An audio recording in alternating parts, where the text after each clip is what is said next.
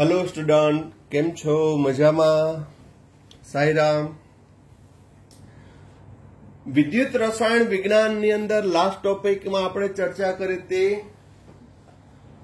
અર્ધકોષનું સાંકેતિક નિરૂપણ, સંપૂર્ણ કોષનું સાંકેતિક નિરૂપણ, પ્રમાણિત અર્ધકોષ, સંપૂર્ણ અપ્રમાણિત કોષ વગેરેની વ્યાખ્યા તેમજ કેટલાક સાંકેતિક નિરૂપણ દર્શાવવા માટેના ઉદાહરણ જોયા હતા। એમાંથી એક મેં તમને આપ્યું હતું PtBr2 Br-1 PtCl2 Cl-1 એમાંથી અમુક જવાબ સાચા આપ્યા હતા કે અહીં બંનેમાં ઓક્સિડેશન કેનું થાય। તો મેં તમને પ્રસ્તાવનામાં કીધું હતું કે ક્લોરીન, બ્રોમિન, આયોડીન એ ઇલેક્ટ્રોન મેળવવાની વૃત્તિ અને halide, chloride, bromide, iodide, fluoride એની ઇલેક્ટ્રોન ગુમાવવાની વૃત્તિ એનો ક્રમ આપ્યો હતો। તો બ્રોમાઇડની ઇલેક્ટ્રોન ગુમાવવાની વૃત્તિ ક્લોરાઇડ કરતા વધુ છે। તો બ્રોમાઇડ ઓક્સિડેશન અનુભવશે માટે એનોડ અને ક્લોરીન રિડક્શન અનુભવશે એટલે માટે કેથોડ। અથવા ક્લોરીન અને બ્રોમિન આ બંનેમાં ઇલેક્ટ્રોન મેળવવાની વૃત્તિ કેની વધુ? તો કે ક્લોરીનની। સિક્વન્સ આપણે ભણ્યા જ છીએ। આ ઉપરાંત મેં તમને કીધું કે એના રિડક્શન પોટેન્શિયલ આપ્યા હશે Br2 1.09 volt, Cl2 gives Cl-1 1.36 એ મુજબ ક્લોરીનનો રિડક્શન પોટેન્શિયલ બ્રોમિન કરતા વધુ માટે તે કેથોડ, આ એનોડ। ઘણા જવાબ નહીં આપ્યા પણ મૌખિક રીતે સોલ્વ કર્યું હશે તો પોતપોતાની રીતે જજ કરજો। આ એનોડ, આ કેથોડ। તો સાંકેતિક નિરૂપણ PtBr2 gives Br-1 ક્ષાર હેતુ ક્લોરાઇડ -1 Cl2 Pt। આ એનું સાંકેતિક નિરૂપણ થયું, સાંદ્રતા 1 મોલર 1 મોલર। હવે આપણે કોષના સાંકેતિક નિરૂપણ ઉપરથી કોષ પ્રક્રિયાનો અભ્યાસ કરશું। આ કોષ પ્રક્રિયાનો અભ્યાસ પણ આ ચેપ્ટર માટે ખૂબ જ અગત્યનો છે। તો હું શરૂઆત અહીંથી જ કરું છું, આ જ સાંકેતિક નિરૂપણ ઉપરથી। બરાબર જોજો। અહીં એનોડ પર કઈ પ્રક્રિયા થાય છે? ઓક્સિડેશન। એનોડ બ્રોમિન છે અને કેથોડ છે એ ક્લોરીન છે। તો ઋણમાં બરાબર જોવાનું, ઋણમાં અહીંયા ધ્યાન રાખો। બ્રોમાઇડ નું ઓક્સિડેશન થઈ Br2 બને। ધનમાં બધામાં આવશે લેફ્ટ ટુ રાઈટ આવશે, ઋણમાં ઊંધું આવશે, right to left, right to left દેખાણું? તો બ્રોમાઇડ ઓક્સિડેશન અનુભવે Br2 વત્તા 2 ઇલેક્ટ્રોન। અર્ધ પ્રક્રિયાની પ્રેક્ટિસ કરી છે પણ તોય ધ્યાન રાખજો, બ્રોમાઇડ 1 ઇલેક્ટ્રોન ગુમાવી Br2 અણુ બને, પણ અહીં મેં સંતુલન કર્યું 2 બ્રોમાઇડ। કેથોડ ઉપર શું થશે? તો અહીં અધાતુમાં ટોટલી ઊંધું થશે, right to left. Cl2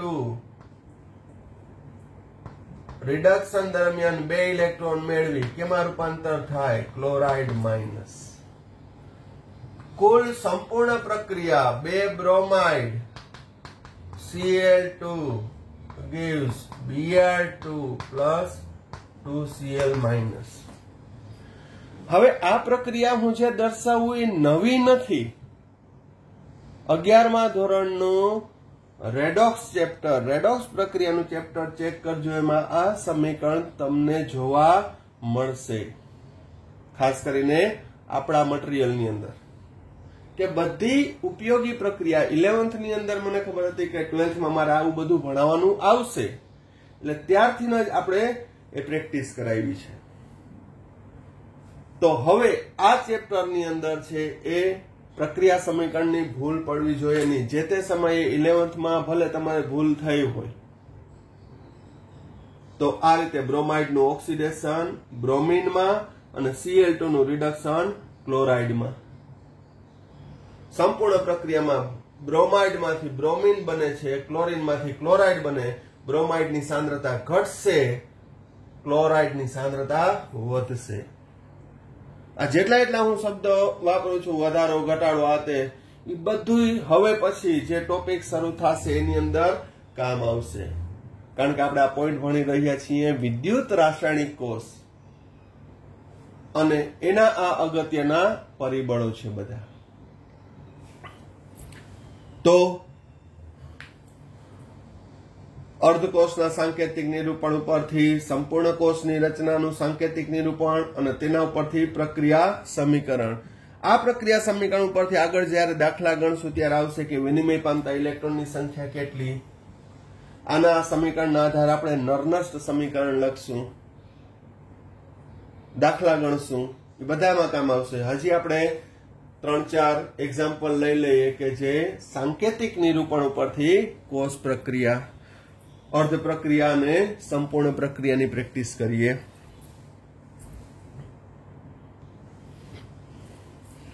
Daniel કોષ જોઈએ.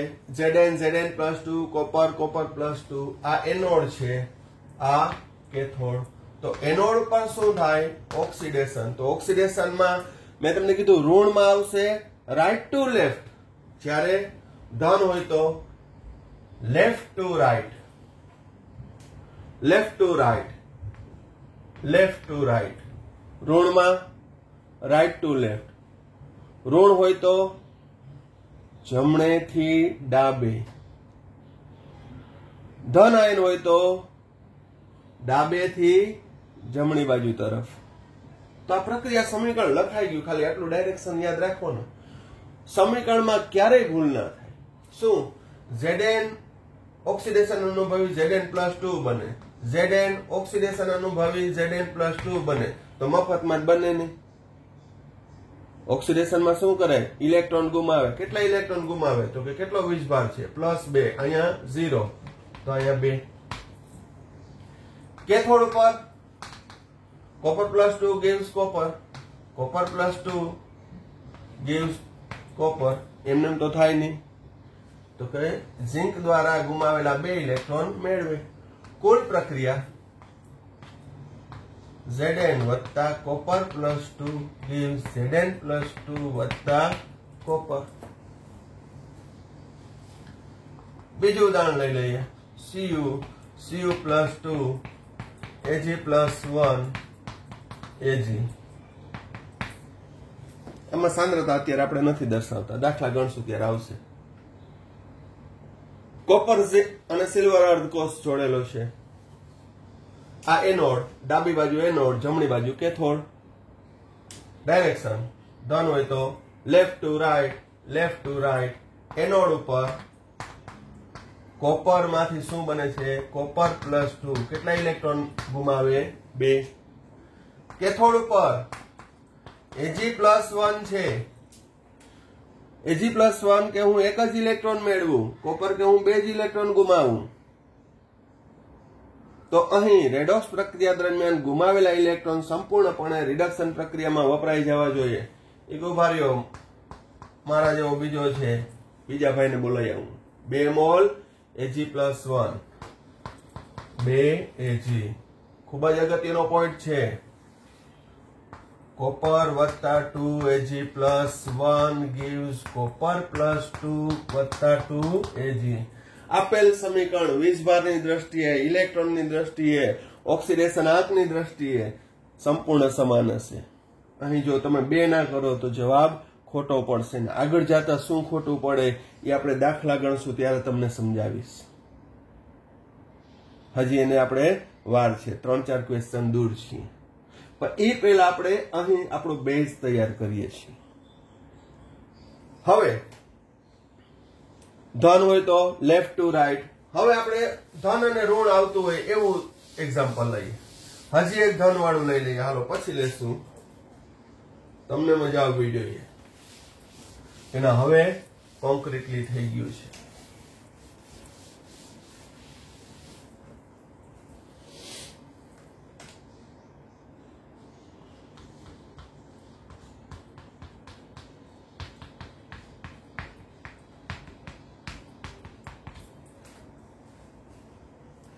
મેગ્નેશિયમ અર્ધકોષ અને એલ્યુમિનિયમ અર્ધકોષને જોડી ગેલ્વેનિક કોષ બનાવ્યો છે. ફરી એકવાર એ પણ આપણે ક્લિયર કરી લઈએ. આ ગેલ્વેનિક કોષ કહી શકાય, વિદ્યુત રાસાયણિક કોષ કહી શકાય, પણ ડેનિયલ કોષ કહેશું નહીં. ડેનિયલ કોષમાં શું આવશે? ઝિંક અને કોપર જ.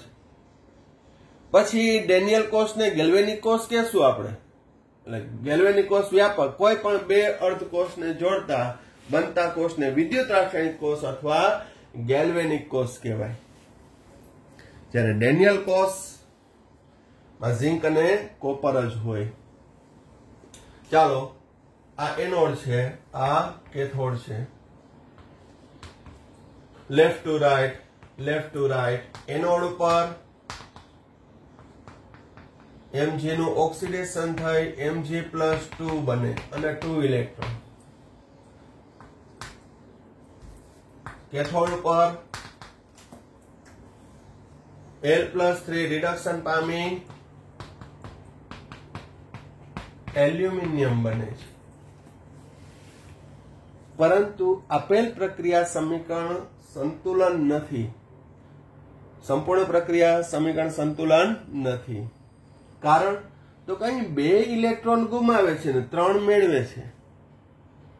ઈ કેમ પોસિબલ થાય? તો જ્યારે 2 અને 3 આ રીતના ઇલેક્ટ્રોન વિનિમય હોય તો આપણે ક્રોસ ગુણાકાર લેવો પડે. 2 વાળાને 3 વડે ગુણવાનું, 3 વાળાને 2 વડે ગુણવાનું. ખ્યાલ આવે છે? ઓક્સિડેશનાંક સમાન કરવા માટે રેડોક્સ પ્રક્રિયામાં જે આ નિયમ ભણ્યા છે એ કે 6 ઇલેક્ટ્રોન ગુમાવ્યા 6 મેળવ્યા. 6 ઇલેક્ટ્રોન કેટલા મેગ્નેશિયમે ગુમાવ્યા? તો કે 3 મેગ્નેશિયમ ભેગા થઈને 6 ઇલેક્ટ્રોન દાન કર્યા અને 2Al+3 એ 6 ઇલેક્ટ્રોન મેળવી અને 2 એલ્યુમિનિયમ રિડક્શન પામ્યા. તો સંપૂર્ણ પ્રક્રિયામાં 3 Mg નું ઓક્સિડેશન, 2 Al+3 નું રિડક્શન થઈ 3 Mg+2 આયન બન્યા અને 2 એલ્યુમિનિયમ છૂટા પડ્યા.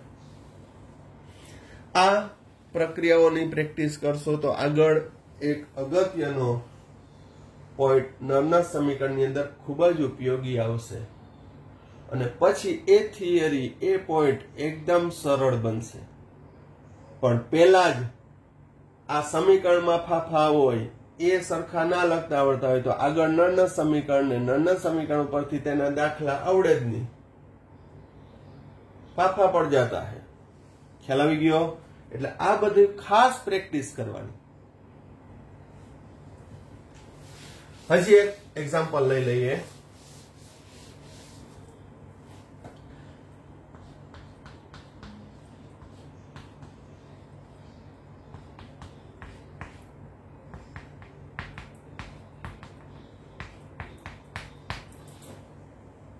Anode, cathode, oxidation, reduction. પણ અહીં ધનમાં આપણે ડાયરેક્શન શું આપ્યું હતું? લેફ્ટ ટુ રાઈટ, ડાબેથી જમણે. પણ ઋણમાં કાન ચમકી જવા જોઈએ, આંખ ઊંચી થઈ જવી જોઈએ. શું? તો કે ઋણમાં રાઈટ ટુ લેફ્ટ. આ ગોખવાનું નથી, ખ્યાલ આવે કે ભાઈ Mg માંથી Mg+2 ઓક્સિડેશન પામે તો I-1 માંથી I2 રિડક્શન ના થાય. એવું કયું સમીકરણ કે ઇલેક્ટ્રોન મેળવીને રિડક્શન થાય? એટલે આ ગોખ્યું નથી કે I2 ઇલેક્ટ્રોન મેળવીને I-1 બને એ બરોબર. પછી સંતુલન કરીએ કે અહીંયા આયોડિન 2 છે, 2 છે, અહીંયા 2 કરીએ. સમજાણું? એટલે કાલ સવારે I-2 માંથી I2 બનાવો તો વિચાર કરજો કે I2-1 ઓલરેડી -1 છે જ. ઇલેક્ટ્રોન મેળવીને પાછો તટસ્થ થઈ જાય. એવું તો કયું કેમિસ્ટ્રી? કોણે ભણાવ્યું? મેં તો નથી ભણાવ્યું. ખ્યાલ આવી ગયો? એટલે જ્યારે જ્યારે સમીકરણ લખવા બેસો ત્યારે આ બધા પોઈન્ટ યાદ કરજો. તો અહીં એનોડની પ્રક્રિયા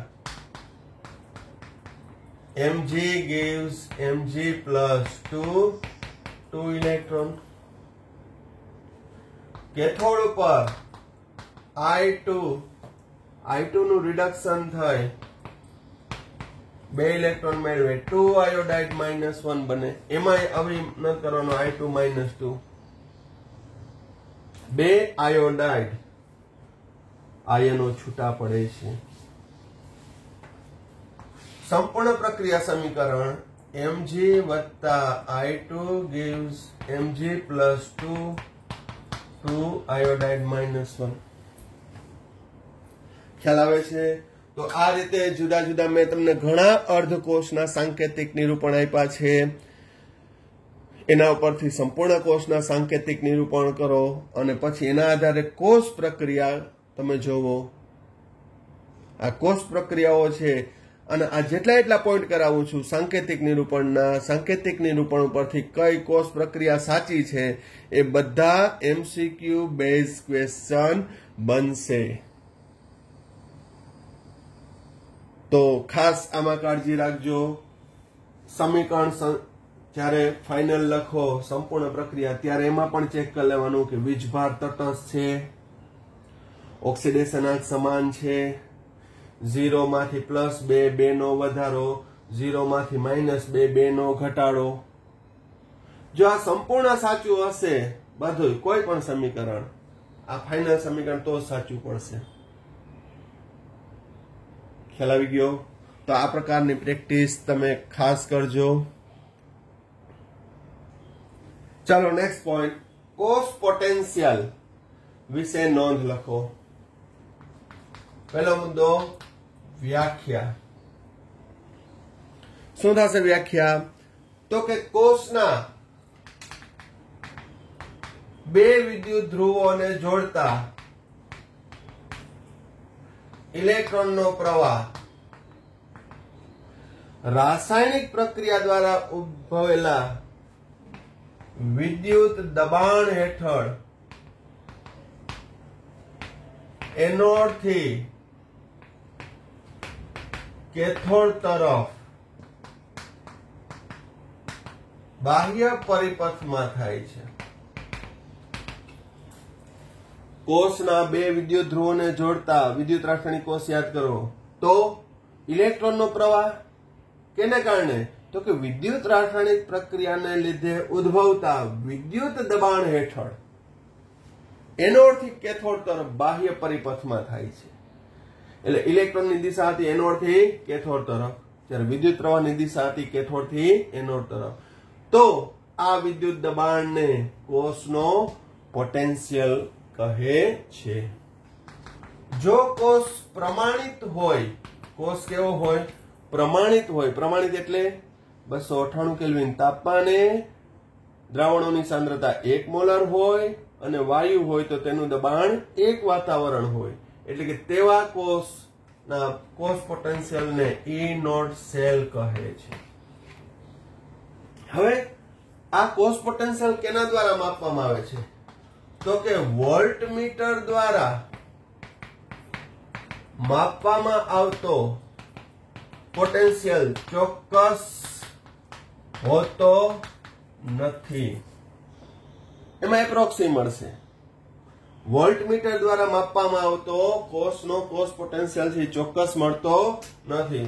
કોષનો ચોક્કસ પોટેન્શિયલ માપવા પોટેન્શિયોમીટરનો ઉપયોગ કરવામાં આવે છે. કેનો ઉપયોગ કરવામાં આવે છે? પોટેન્શિયોમીટર. જે તમારે ફિઝિક્સ લેબની અંદર તમે જાશો, હવે લોકડાઉન પૂરું થાય પછી જયારે સ્કૂલ ખુલે ત્યારે તમે જાશો ત્યારે જોજો પોટેન્શિયોમીટર. તો એ પોટેન્શિયોમીટર દ્વારા છે એ કોષનો સાચો અથવા ચોક્કસ પોટેન્શિયલ માપવામાં આવે છે. હવે આમ જોઈએ તો કોષ પોટેન્શિયલ ખરેખર તો છે શું? અહીંયા જોયું કે વિદ્યુત દબાણ ને આપણે કોષ પોટેન્શિયલ કીધું.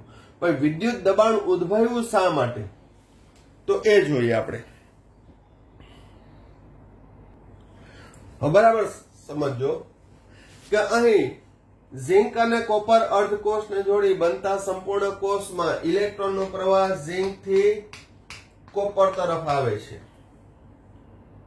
તો હવે બરાબર ધ્યાન રાખજો, હું બંને વાક્ય રચનાનો ઉપયોગ કરીશ. અહીં ઝિંક પણ ઇલેક્ટ્રોન ગુમાવવાની વૃત્તિ ધરાવે છે અને કોપર પણ ઇલેક્ટ્રોન ગુમાવવાની વૃત્તિ ધરાવે છે. અથવા અહીં Zn+2 પણ ઇલેક્ટ્રોન મેળવવાની વૃત્તિ ધરાવે છે, કોપર +2 પણ ઇલેક્ટ્રોન મેળવવાની વૃત્તિ ધરાવે છે, પરંતુ બંનેની ઇલેક્ટ્રોન ગુમાવવાની વૃત્તિ અથવા બંનેની ઇલેક્ટ્રોન મેળવવાની વૃત્તિની તીવ્રતા સમાન થશે નહીં. સમાન નહીં થાય એનો મતલબ એ જુદી જુદી હશે. તો અહીં આ ઇલેક્ટ્રોન મેળવવાની વૃત્તિની તીવ્રતા અથવા ગુમાવવાની વૃત્તિની તીવ્રતાનો તફાવત જે છે એ કોષ પોટેન્શિયલ સ્વરૂપે જોવા મળશે.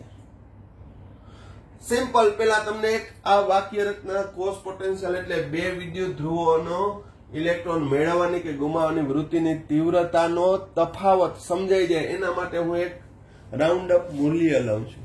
ધારો કે ઝિંક અને કોપર, ઝિંકની ઇલેક્ટ્રોન ગુમાવવાની વૃત્તિ 10 ગણી છે. કેની સાપેક્ષે? તો એડવાન્સમાં કહી દઉં, પ્રમાણિત હાઇડ્રોજન વિદ્યુત ધ્રુવની સાપેક્ષે.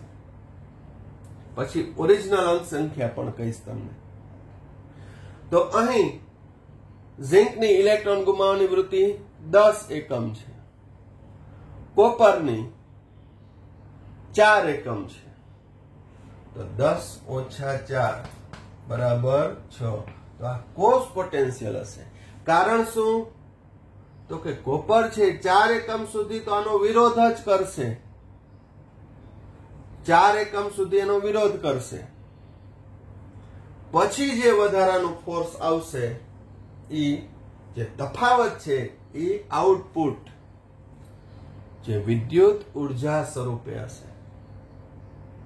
તો દરેક છે એ ઇલેક્ટ્રોન ગુમાવવાની વૃત્તિ ધરાવે છે, પણ એને સંતુલન કરી અને વધારાનો એટલે કે જે તફાવત નીકળો, ડિફરન્ટ નીકળો, એ વિદ્યુત પ્રવાહ સ્વરૂપે મળશે. એને કહેવાય કોષ પોટેન્શિયલ,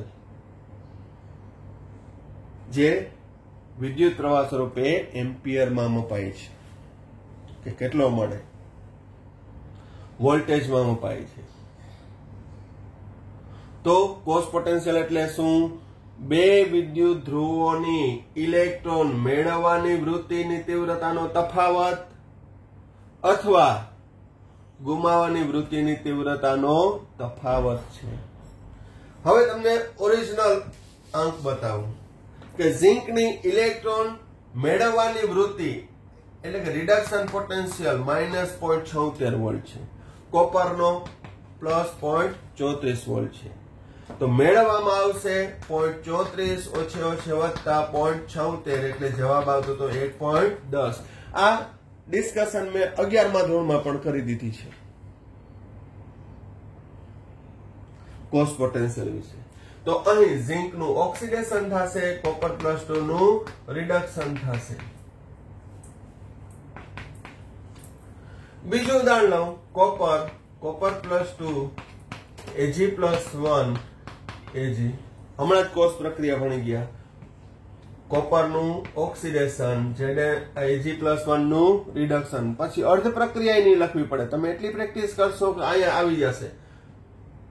કોપર Ag+1 નું રિડક્શન gives કોપર +2 અને Ag. આ નિપજો છે, આ પ્રક્રિયા કહેવાય. તો પેલા સમીકરણમાં ઝિંકે ઇલેક્ટ્રોન ગુમાવ્યો અને કોપરની ઇલેક્ટ્રોન મેળવવાની વૃત્તિ વધુ. બીજા કેસમાં Ag+1 ની ઇલેક્ટ્રોન મેળવવાની વૃત્તિ કોપર કરતા વધુ છે. કારણ કે કોષ પોટેન્શિયલ ખરેખર તો બે વિદ્યુત ધ્રુવોની ઇલેક્ટ્રોન મેળવવાની વૃત્તિની તીવ્રતાનો તફાવત છે અથવા તો ઇલેક્ટ્રોન ગુમાવવાની વૃત્તિની તીવ્રતાનો તફાવત છે. બે કહી શકાય. આપણે બે સૂત્રની પ્રેક્ટિસ કરશું. તો અહીં સૂત્રાત્મક રીતે મારે દર્શાવવું હોય તો શું કહી શકાય? E naught cell equal to E naught reduction potential of cathode minus E naught reduction potential of anode. આનું અર્થઘટન કેથોડની ઇલેક્ટ્રોન મેળવવાની વૃત્તિની તીવ્રતા ઓછા એનોડ વિદ્યુત ધ્રુવની ઇલેક્ટ્રોન મેળવવાની વૃત્તિની તીવ્રતાનો તફાવત એટલે cos potential. E naught right hand side minus E naught left hand side. આ સૂત્રમાં શું હશે? રિડક્શન પોટેન્શિયલ જ હશે. અથવા E naught cell બરાબર E naught the oxidation potential of anode minus E naught oxidation potential of cathode. આનું અર્થઘટન એનોડની ઇલેક્ટ્રોન ગુમાવવાની વૃત્તિની તીવ્રતા ઓછા કેથોડની ઇલેક્ટ્રોન ગુમાવવાની વૃત્તિની તીવ્રતા. ઓક્સિડેશન પોટેન્શિયલ એટલે ઇલેક્ટ્રોન ગુમાવવાની વૃત્તિ, રિડક્શન પોટેન્શિયલ એટલે ઇલેક્ટ્રોન મેળવવાની વૃત્તિ. તો અહીં મેળવવાની હોય તો કેથોડ માઇનસ એનોડ, કારણ કે કેથોડની વધુ હોય તો કેથોડ માઇનસ એનોડ. કારણ શું? તો કે E naught સેલ હર હંમેશ સવાર બપોર સાંજ શિયાળો ઉનાળો ચોમાસું ધન જ આવશે. કોસ પોટેન્શિયલ નું મૂલ્ય કેવું આવશે? હંમેશા ધન જ આવશે. જો ઋણ આવે તો સમજવાનું કે છેડા ઊંધા દેવાઈ ગયા છે. સમજાય છે કહેવાનો મતલબ? E naught સેલ નું મૂલ્ય હંમેશા ધન જ આવશે, કારણ કે એ ભૌતિક મૂલ્ય છે. ભૌતિક જથ્થો ઋણ હોઈ શકે નહીં. તો સૂત્ર બંનેનો ઉપયોગ કરી શકાશે. રિડક્શન પોટેન્શિયલ હોય તો cathode minus anode, oxidation potential હોય તો એનોડ માઇનસ કેથોડ. અહીં ઓક્સિડેશન પોટેન્શિયલ અને રિડક્શન પોટેન્શિયલ ના મૂલ્ય સમાન હશે, પણ સાઇન કેવી હશે? જુદી. આ પ્લસ ઓર માઇનસ, તો માઇનસ ઓર પ્લસ. બેના મૂલ્ય સમાન, ઓક્સિડેશનના અને રિડક્શનના, પણ સાઇન જુદી. હા, ઓક્સિડેશન અને રિડક્શન પોટેન્શિયલ ધન કે ઋણ હોઈ શકે, પણ એનો તફાવત ક્યારેય ઋણ હશે નહીં. આ પણ નોંધમાં રાખજો, યાદીમાં રાખજો. શું? કોઈ પણ અર્ધકોષના રિડક્શન પોટેન્શિયલ કે ઓક્સિડેશન પોટેન્શિયલના મૂલ્ય ધન કે ઋણ હશે, પણ તેનો તફાવત તો હંમેશા કેવો હશે? ધન જ હશે. ખ્યાલ આવે છે? જો તફાવત એટલે કે કોસ પોટેન્શિયલ ઋણ મળ્યો તો શું? છેડા ઊંધા દેવાઈ ગયા. ખ્યાલ આવે છે? ઓકે. ત્યારબાદ નેક્સ્ટ પોઈન્ટ કે કોઈ પણ એક અર્ધકોષની ઇલેક્ટ્રોન મેળવવાની વૃત્તિ કે ગુમાવવાની વૃત્તિની તીવ્રતાનું નિરપેક્ષ મૂલ્ય શોધી શકાતું નથી, કારણ કે એક અર્ધકોષ છે એ વિદ્યુત પ્રવાહ ઉત્પન્ન કરી શકતો નથી, કારણ કે જ્યાં ઓક્સિડેશન થાય ત્યાં સાયમલ્ટેનિયસલી રિડક્શન થાય જ. એવું ક્યારે નથી બનતું કે આજે ઓક્સિડેશન કરી નાખો, કાલે મુહૂર્ત જોઈને રિડક્શન કરશું. ખ્યાલ આવી ગયો? એટલે કોઈ પણ એક અર્ધકોષના ઓક્સિડેશન કે રિડક્શન પોટેન્શિયલ નું નિરપેક્ષ મૂલ્ય શોધી શકાતું નથી.